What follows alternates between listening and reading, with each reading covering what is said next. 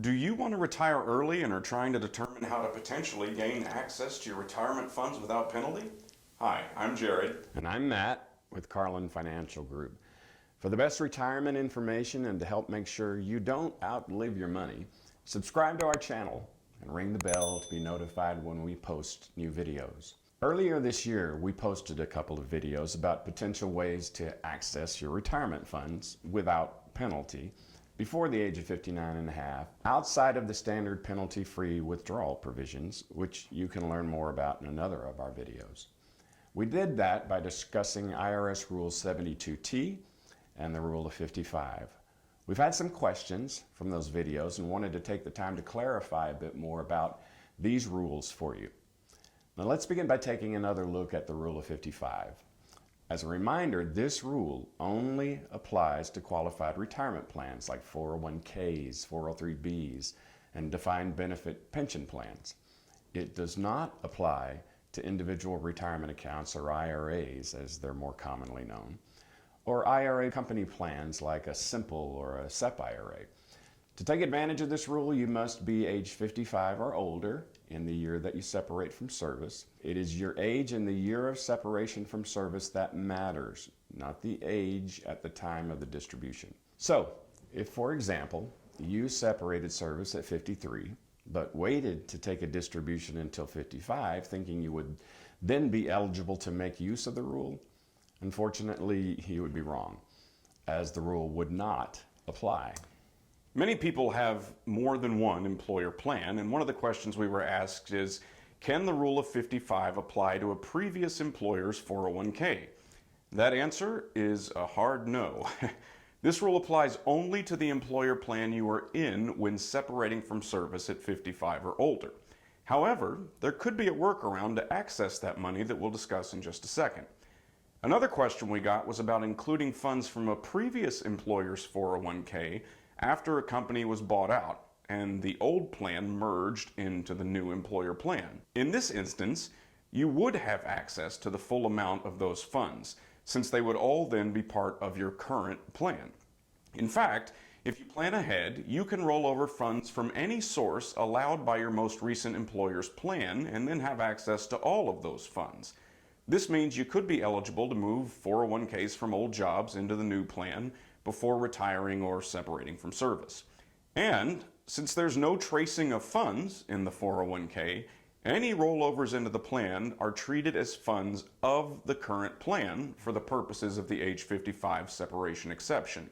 What that could mean is, if the new employer accepts rollovers from IRA accounts, you can even roll over an IRA into the current 401k before retiring, and the entire balance would then be eligible for the penalty waiver.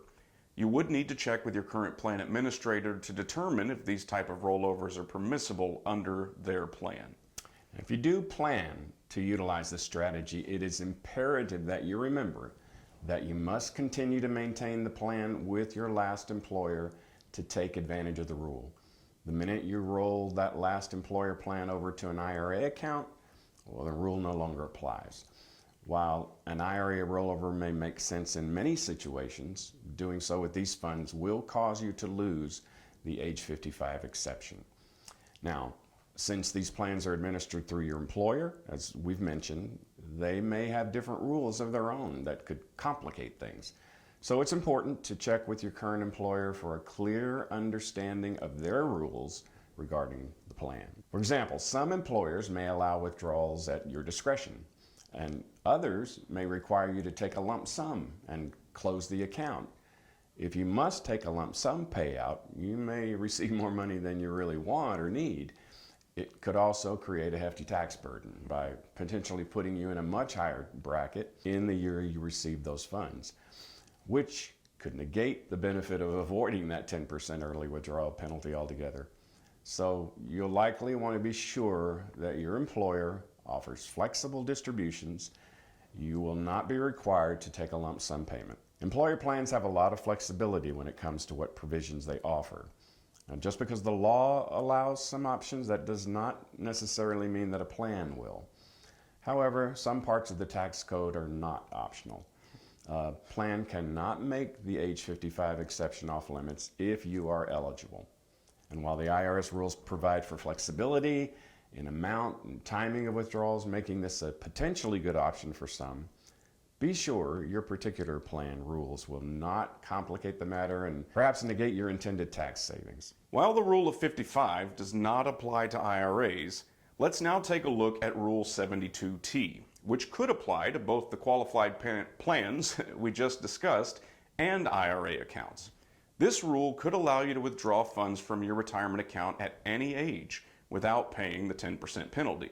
But you must follow very strict guidelines set out by the IRS that are fairly inflexible, and understand that the withdrawals could damage your long-term retirement security by depriving you of future investment growth.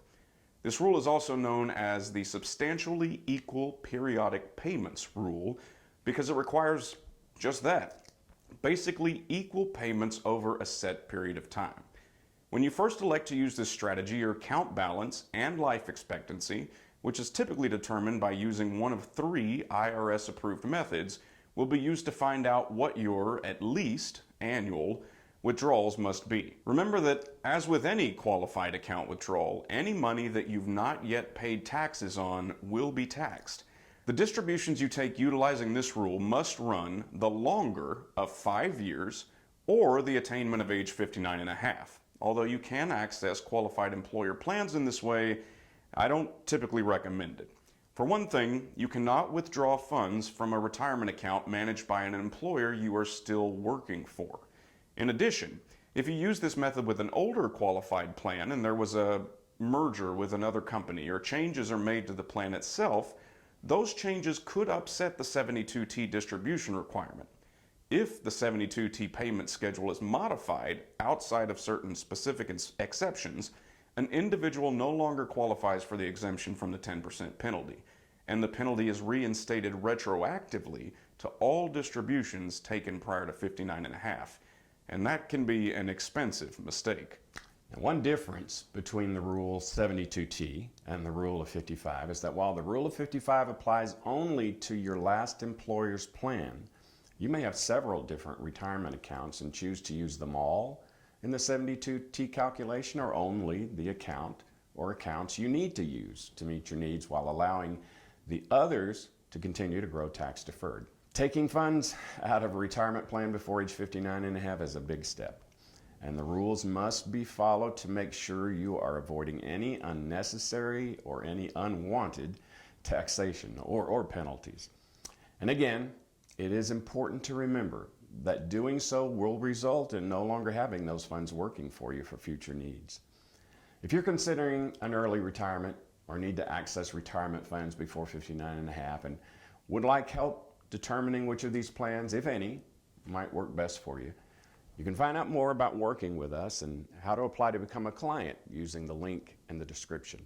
If you've still got questions, be sure to leave us a comment and we'll address those for you in a future video. Thanks for sharing a bit of your day with us, and we hope we provided a bit more clarity about these rules for accessing your retirement money early. If you found this video to be helpful, be sure you share it with a friend and give it a like, and don't forget to subscribe to our channel and ring that bell to be notified when we post new information. As always, live today, plan for tomorrow.